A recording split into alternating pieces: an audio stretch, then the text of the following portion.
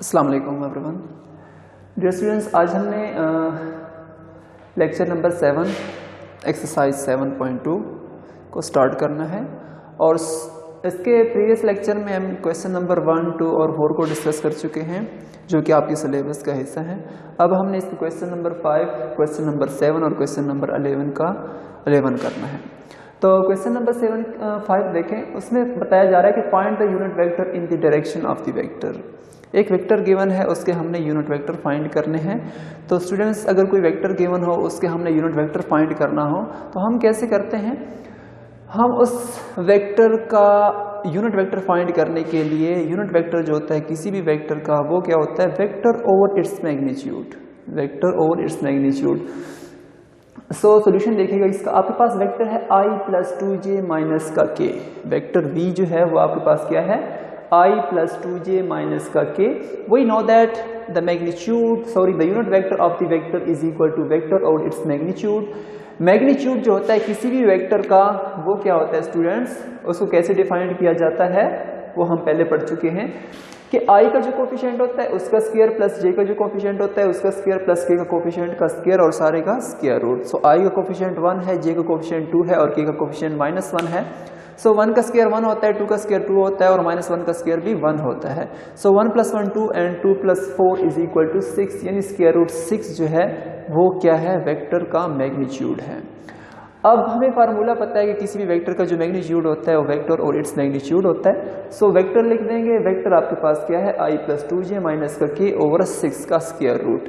अब 6 का square root जो है वो सब पे डिवाइड हो रहा है, तो i पे भी डिवाइड करेंगे, j पे भी डिवाइड करेंगे और k पे भी उसको डिवाइड करेंगे। जब i पे करेंगे तो 1/6 का स्क्वायर रूट i हो जाएगा, j पे डिवाइड करेंगे तो 2/6 का स्क्वायर रूट j हो जाएगा और माइनस का 1/6 हो जाएगा। तो ये आपका क्या है? Unit vector of the vector मालूम हो जाएगा। नेक्स्ट हमने क्या करना है? Find a vector whose magnitude is 4 and is parallel to the vector. अब देखें, हमने एक वेक्टर फाइंड करना है जिसका मैग्नीट्यूड हमें गिवन है। मैग्नीट्यूड उसने बता दी कि उस वेक्टर का मैग्नीट्यूड 4 है और वो किसी और वेक्टर के पैरेलल है। क्या मतलब है? यानी एक वेक्टर है, ठीक है, जिसको हमने फाइंड करना है और एक और वेक्टर जो कि हमें गिवन है उसके पैरेलल है। अब इस वेक्टर का हमें मैग्नीट्यूड तो गिवन है कि वो 4 है, ठीक है, यू वेक्टर है और ये v वेक्टर है। v वेक्टर का हमें पता है कि v वेक्टर किसके बराबर है? 2i - का 3j + 6 के। अब इस सेकंड वेक्टर, ये वेक्टर हमने बताना, यानी इसके कंपोनेंट्स बताने हैं, ठीक है, किसके कंपोनेंट्स क्या होंगे? i का कोफिशिएंट, j का कोफिशिएंट एंड k का कोफिशिएंट। तो let u be the required vector. हम कहते हैं कि u एक ऐसा वेक्टर है जिसे हमें फाइंड करना है, जिसका मैग्नीट्यूड हमें पता है कि मैग्नीट्यूड उसका 4 है और ये भी पता है कि एक और वेक्टर v की जो है वो पैरेलल है and this magnitude is 4 and given vector v = 2i - का 3j + 6k, ठीक है। अब क्या करना है? कोई भी वेक्टर अगर आपने फाइंड करना हो और उस वेक्टर का मैग्नीट्यूड भी आपको गिवन हो और ये भी बताया गया हो कि दूसरे वेक्टर के पैरेलल है, तो हम क्या करते हैं? वो जो वेक्टर कैसे फाइंड करते हैं? वो वेक्टर फाइंड करने के लिए एक फार्मूला है जो आपको पता होना चाहिए कि वो वेक्टर हम फाइंड करते हैं, वो वेक्टर जो होता है, यानी u वेक्टर जो हमने फाइंड करना है वो किसके बराबर होगा? Magnitude of u dot unit vector of v। Magnitude of u dot unit of vector of v। तो मैग्नीट्यूड तो हमें पता है u का वो 4 है, बट यूनिट वेक्टर हमें v का पता नहीं है। सो यूनिट वेक्टर हम कैसे फाइंड करते हैं? प्रीवियस क्वेश्चन नंबर 5 में हम पढ़ चुके हैं कि हम यूनिट वेक्टर कैसे फाइंड करते हैं। सो पहले हम क्या करेंगे? v का यूनिट वेक्टर फाइंड करेंगे। v का जो भी यूनिट वेक्टर होगा उसको 4 के साथ मल्टीप्लाई करके हमारे पास एक नया वेक्टर आएगा। सो v का यूनिट वेक्टर है वो कैसे फाइंड करते हैं? वो करते हैं वेक्टर और इट्स मैग्नीट्यूड, यानी v वेक्टर होगा और v का हमने मैग्नीट्यूड भी लेना है, तो वो आपके पास जो है वो यूनिट वेक्टर आ जाएगा। सो पहले देखें, v का मैग्नीट्यूड लेते हैं। सो v का मैग्नीट्यूड जो होगा कोफिशिएंट ऑफ i स्क्वायर 2 का स्क्वायर माइनस का 3 का स्क्वायर और 6 का स्क्वायर। 2 का स्क्वायर = 4 माइनस 3 का स्क्वायर = 9 एंड 6 का स्क्वायर = 36। सम अब सबको करेंगे तो 49 का स्क्वायर रूट, 49 का स्क्वायर रूट होता है 7 के बराबर। Means magnitude of v = 7। Magnitude of v की वैल्यू आ गई है। अब यूनिट वेक्टर हम फाइंड कर सकते हैं v का जो यूनिट वेक्टर होता है वो वेक्टर और इट्स मैग्नीट्यूड होता है। सो यहाँ पे अगर पुट कर दें यूनिट वेक्टर जो है वेक्टर, ये आपके पास यूनिट वेक्टर जो होगा v का वो किसके बराबर होगा? 2/7i माइनस का 3/7j प्लस 6/7k, ठीक है। ये आ गया unit vector of vector v। अब इसको 4 के साथ मल्टीप्लाई करेंगे, जब 2 को 4 के साथ मल्टीप्लाई करेंगे तो ये 8/7 हो जाएगा, जब 4 को -3 के साथ करेंगे तो माइनस का 12/7 हो जाएगा, और जब 4 को 6 के साथ करेंगे तो 24/7k होगा। यही वो वेक्टर है जो कि हमें रिक्वायर्ड था, जो कि हमने फाइंड करना था कि वेक्टर v के पैरेलल है। अब क्वेश्चन नंबर 11 है, उसका पार्ट नंबर 3 करना है। Find the direction cosine. अब यहाँ पे डायरेक्शन कोसाइन की बात हो रही है, ठीक है। डायरेक्शन कोसाइन क्या होते हैं? डायरेक्शन कोसाइन जब भी एक वेक्टर गिवन हो, ठीक है, तो उस वेक्टर का पहले हमने क्या करना है, उस वेक्टर का हमने यूनिट वेक्टर फाइंड करना है। अब यूनिट वेक्टर फाइंड करने के बाद आई का जो कोफिशिएंट होता है, जे का जो कोफिशिएंट होता है और के का जो कोफिशिएंट होता है, उसको हम डायरेक्शन कोसाइन कहते हैं। किसी भी वेक्टर के यूनिट वेक्टर के जो यूनिट वेक्टर लेने के बाद जो उसके coefficient of I, coefficient of J और कोफिशिएंट ऑफ के आते हैं, वो दरअसल क्या होते हैं? डायरेक्शन कोसाइंस होते हैं। और डायरेक्शन रेशियो क्या होते हैं? अगर एक वेक्टर आपको गिवन है, सो आई का कोफिशिएंट, जे का कोफिशिएंट और के का जो कोफिशिएंट होता है, उनको हम डायरेक्शन रेशियोज कहते हैं। लेकिन उसके यूनिट वेक्टर के अगर हम वो देखें, कोफिशिएंट देखें आई, जे और के, तो वो डायरेक्शन कोसाइन होते हैं, ठीक है।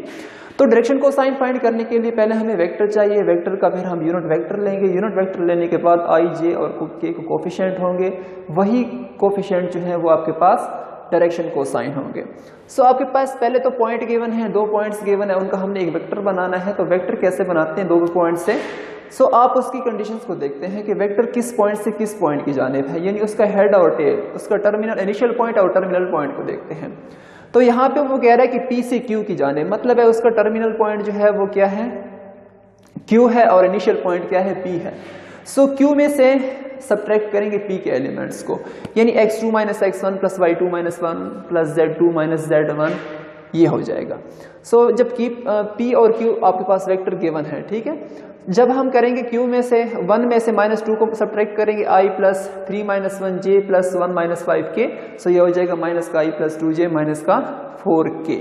ये तो वेक्टर आ गया, माइनस का i प्लस का 2j माइनस का 4k वेक्टर आ गया। अब इस वेक्टर मैग्नीट्यूड फाइंड करना है। सो मैग्नीट्यूड का फार्मूला क्या है? Coefficient of I square plus coefficient of J square plus coefficient of के स्क्वायर और इसका स्क्वायर रूट। स्क्वायर रूट लेंगे, सो 1 का स्क्वायर 1 होता है, -1 का स्क्वायर 1 होता है, 2 का स्क्वायर 4 होता है और -4 का स्क्वायर 16 होता है। तो ये हो जाएगा 21 का स्क्वायर रूट। अब इसका मैग्नीट्यूड भी आ गया, वेक्टर का वेक्टर भी आ गया, उसका मैग्नीट्यूड भी आ गया। तो उसका यूनिट वेक्टर कैसे फाइंड करते हैं? Unit vector of any vector is equal to vector और इट्स मैग्नीट्यूड। सो वेक्टर आपके पास क्या है? माइनस का i प्लस का 2j माइनस का 4k, और उसका मैग्नीट्यूड क्या है? माइनस का 21 का जजर स्क्वायर रूट, ठीक है। सो ये हो जाएगा माइनस का 1/21 का स्क्वायर रूट i प्लस 2/21 का स्क्वायर रूट j माइनस का 4/21 का स्क्वायर रूट k।